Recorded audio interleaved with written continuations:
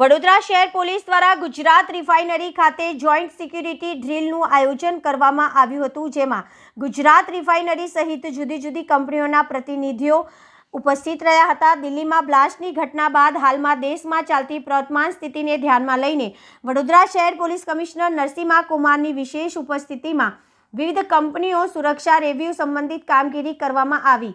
Gujarat refinery township ખાતે યોજાયેલી આ મહત્વની બેઠકમાં LOCL, Reliance, GSFC, heavy water plant કંપનીના પ્રતિનિધિઓ, CISF, વડોદરા શહેર પોલીસના ઉચ્ચ અધિકારીઓ તથા પોલીસ કર્મચારી, સિક્યુરિટી ઓફિસર્સ તેમજ ગાર્ડ્સ ઉપસ્થિત રહ્યા. આ બેઠકની પૂર્ણાહુતિ બાદ પોલીસે આ ચારેય કંપનીઓની સુરક્ષા વ્યવસ્થાનું નિરીક્ષણ કર્યું હતું, જેમાં શહેર police commissioner Narasimha Kumar, joint police commissioner doctor Leena Patil, ચારેય ઝોનના DCP સહિત પોલીસ કર્મીઓ ઉપસ્થિત રહ્યા હતા.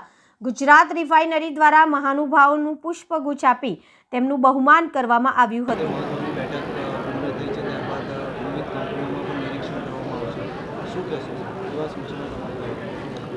પ્રવર્તમાન આંતરિક સુરક્ષા પરિસ્થિતિને ધ્યાને રાખીને વડોદરા શહેર પોલીસ એલર્ટ મોડમાં છે અને શહેરમાં સ્થિત કેટલાક વાઇટલ ઇન્સ્ટોલેશનના સુરક્ષા માટે કઈ દિવસોથી આપણા જુદા જુદા પ્રકારની સિક્યુરિટી એક્સરસાઇઝીસ અને ડ્રીલ કરી રહ્યા છે.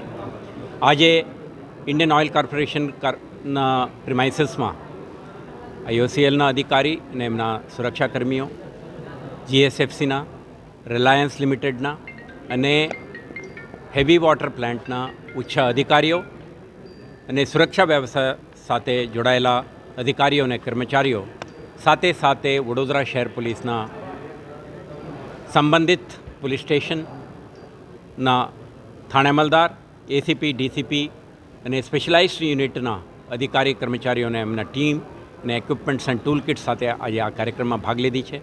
આપણે સમગ્ર વિસ્તારના ચારે એકમોના સુરક્ષા વ્યવસ્થાને આપણે સમીક્ષા કરી છે અને એમના સિક્યુરિટી ઓડિટ કરીને આપણે જોઈન્ટ એક્સરસાઇઝ પણ આજે કરી રહ્યા છીએ.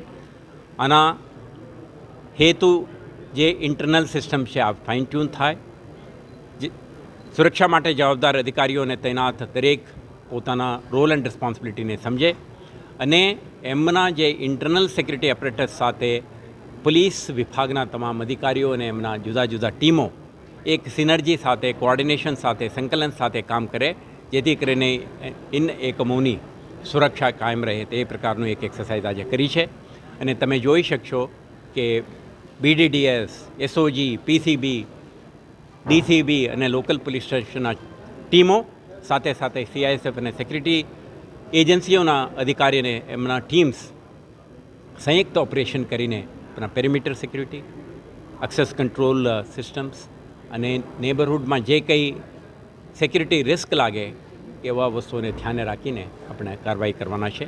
આ પ્રકારના એક હાઈ એલર્ટ અને સિક્યુરિટી પ્રિપેરેડનેસનું તૈયારી સાથેનું એક્સરસાઇઝ આવતા દિવસોમાં પણ ચાલુ રહેશે.